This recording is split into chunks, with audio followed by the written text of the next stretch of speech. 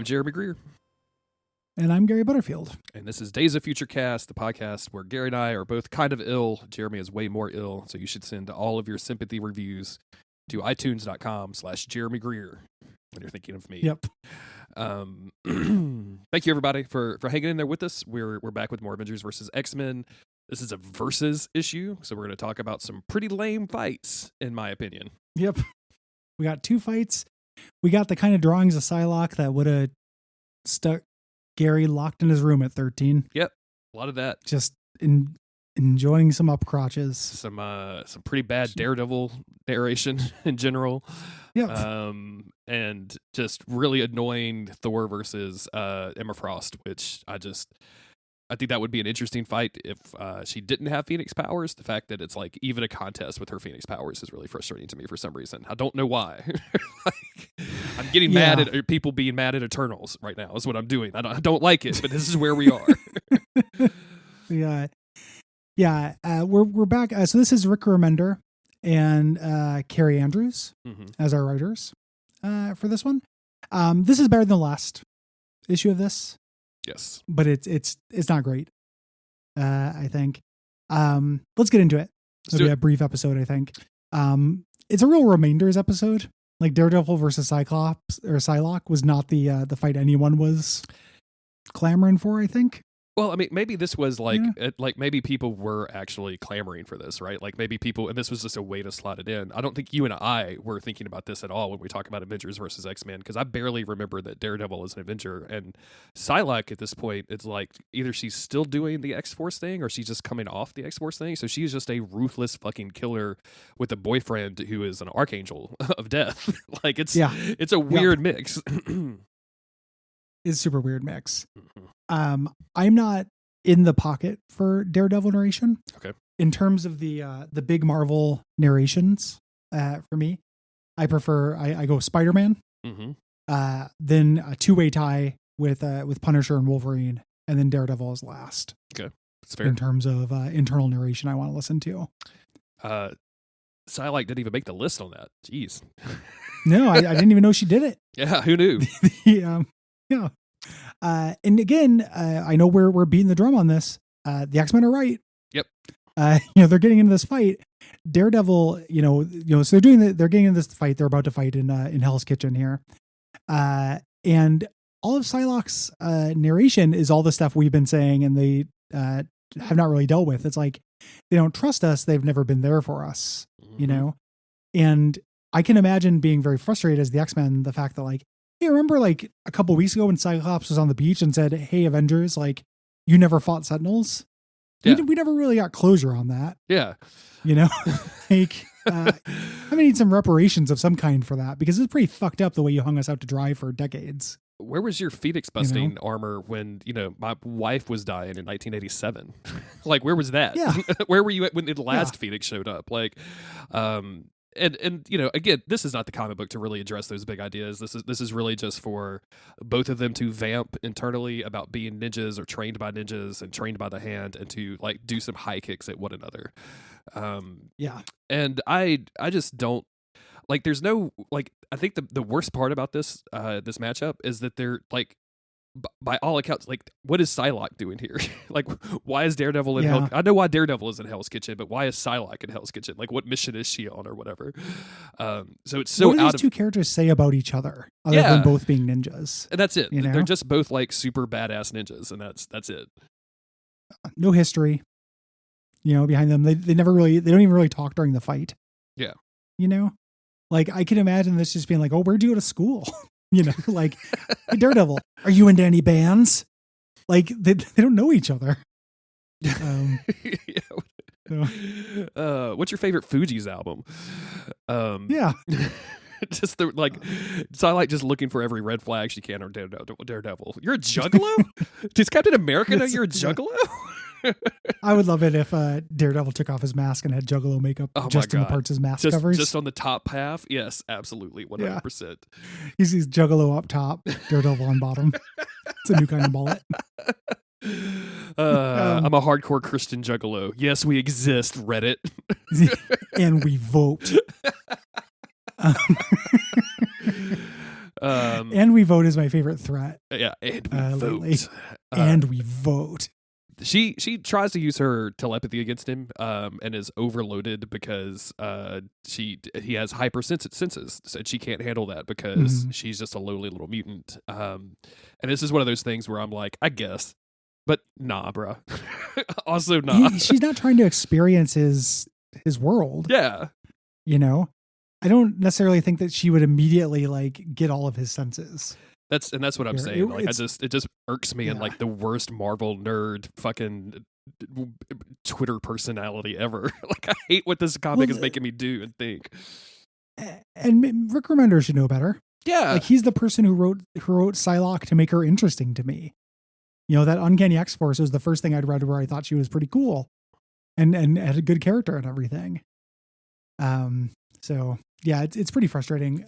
She still manages to dodge, even though she's in this psychic shock, and in exhibiting super strength, grabs Daredevil's foot and just whips him around and slams him. Love it. Which again doesn't seem like something, and her, his internal narration is like, oh, her heart's beating really hard. She's angry. She thinks this is personal. And she's just going through and she's saying all the personal shit that they did. Like, they just attacked our home. We hadn't committed any crime. They just, and again, X-Men are right. Beats him up. They fight back and forth a little bit. We get them kind of stalking each other as ninjas here. She was doing it as a ploy. Yeah.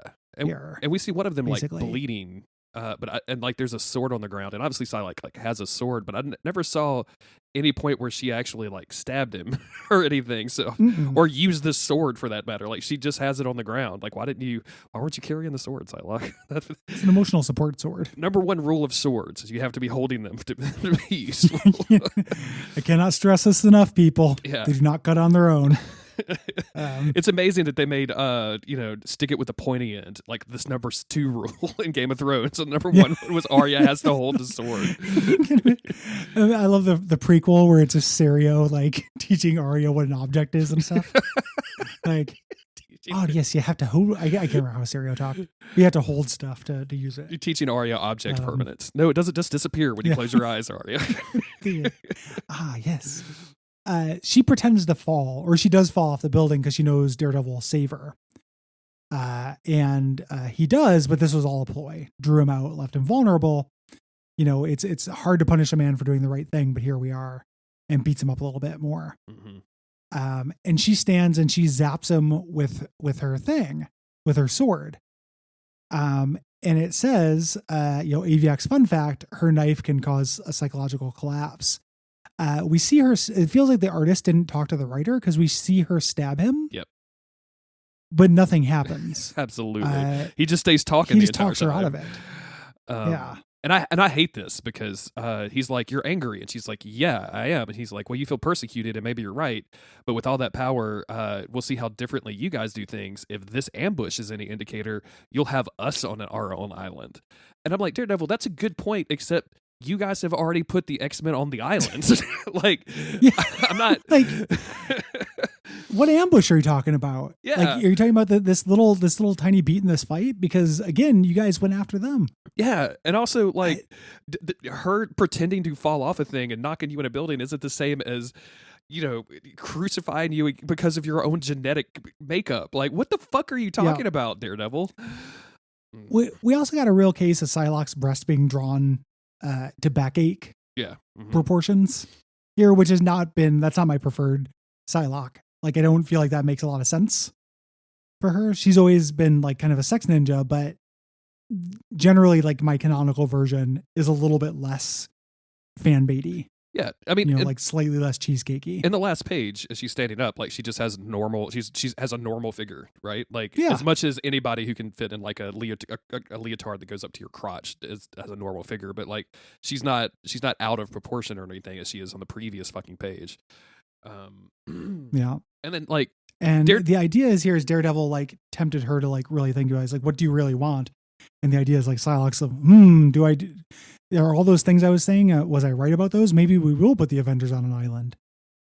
which just I'm sure goes nowhere and is dumb. Absolutely, yeah. And I know that that's the point of this comic. Like at the beginning of every one of these versus issues, there's like, this is no plot. We're just here for the beat 'em ups and all this other stuff. But you guys put the writing in, so I have to read it and react to it. If you just had this as just being them yelling "yeah" at each other as one of those like Marvel silent months or whatever, like that would have been probably better for me, to be honest with you. Like, because now that I have all of this like bullshit, and Daredevil said the same thing about the island, I don't like Daredevil anymore. You ruined Daredevil for me. Yeah, the series, like at its best, what you'd want is a fun fight and then like a little bit of character insight. Mm-hmm. You know, but I think this is the second time in this comic they've done the like really makes you think, huh, as the end thing of an Avenger saying that, and it does make me like the Avengers less. Yes. You know, like not only, you know, there's all these problems with them, but they're also sanctimonious as hell. Absolutely. And speaking of sanctimonious, let's get into our next fight, which is Thor versus Emma Frost.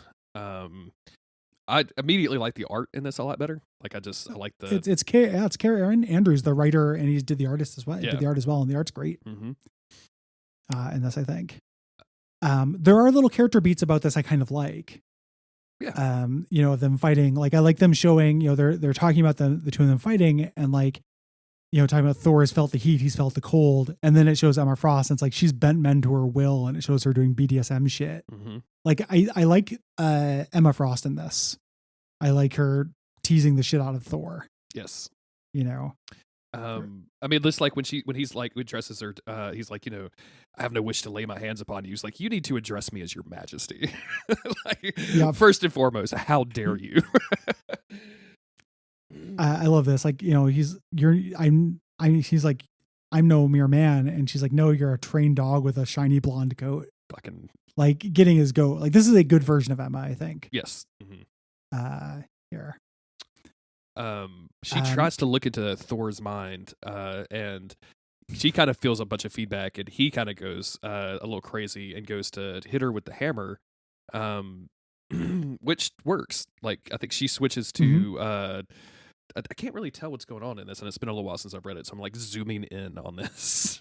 It's basically he hits her. Yeah, is the idea. You know, the hammer is too good.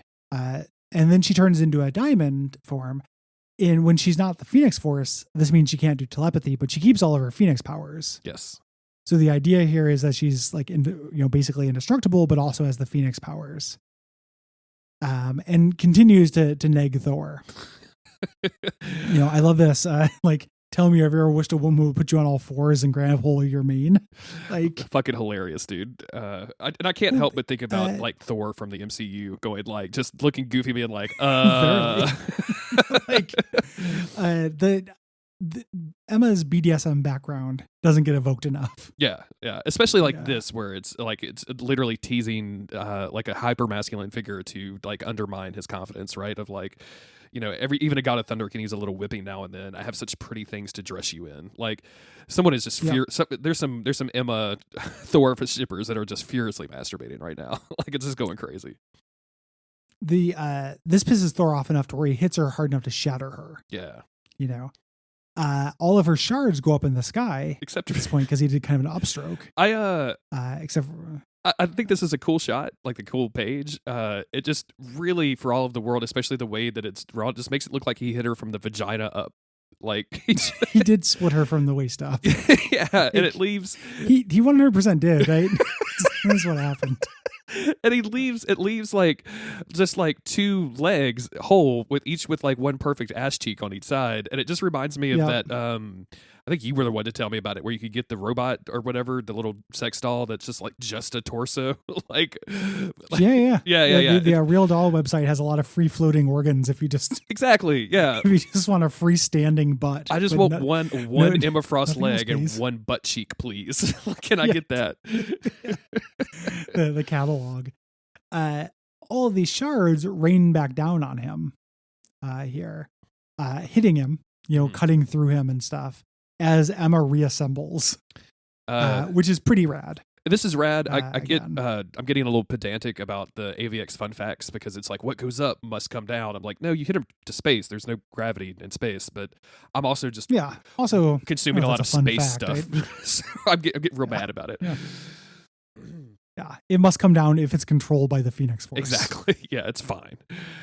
Her rebuilding herself is extremely cool because then she just immediately starts beating the shit out of Thor and like takes just a little bit of time to light a ring of fire around her to do so in style. And I think that's very cool. Mm-hmm. And just beats him down and ends up winning. Mm-hmm. And that's Avengers versus X-Men versus number 4. Yep. Next issue I have some hope for because it's Storm versus T'Challa. Yep. Which are like ex-husband and wife at this point. And then the very unlikely matchup of Hawkeye versus Archangel.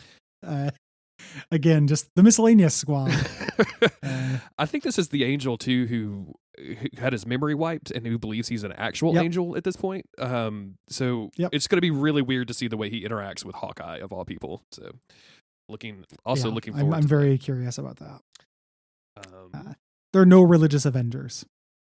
So they couldn't have done that. I mean, Daredevil is Catholic, but I think. No, he is. He is. That dude screams out, "I'm Catholic," like he's in a fucking Kathy comic. I can't. I'm Catholic. I'm Catholic. Catholic. Catholic. That'd be great because instead of the communion wafers, you'd have chocolate. Absolutely, yeah. And shopping sprees instead of going to church on Sundays. That'd be incredible. Like, you've created a very bizarre religion. I was religion. to Kathy for a lot of my childhood for no real good reason. She knew what was going on. Dude, it was I read every single comic strip I could get my hands on in the paper every single day. Like if I could find my way to a newspaper, I was reading every single comic strip on there, even the bad ones. So I read a lot of Kathy in my time. Me too. Oh yeah, a lot of Rose's Rose. Anywho, what should people do if they like this show, Jeremy? They should go to patreon.com/Duckfeed.tv. They should donate some money. They should get all kinds of cool benefits for doing so, including episodes of this podcast early, episodes of most of the podcast on this network early, exclusive podcast. You can get access to our Slack channel. You can join the community and hang out with a bunch of people who their main thing that they have in common is that they like Gary and Cole. It's a weird group. Isn't that weird? That's it. Yeah. That's the one we don't unifying encourage them thing. to date each other. If you can't do that, ratings and reviews. If you can't do that, tell your friends, tell your cousins, invite your cousins to be on the podcast, and then talk about us to all of your listeners. Call it the Cousin Cast. These are just free ideas. These are just things that I am telling you that you were able to do. We'll be back. More cousins. More cousins, says Kathy. More cousins. We'll be back in a couple of days with Avengers 28, a.k.a. Getting to Know the Red Hulk.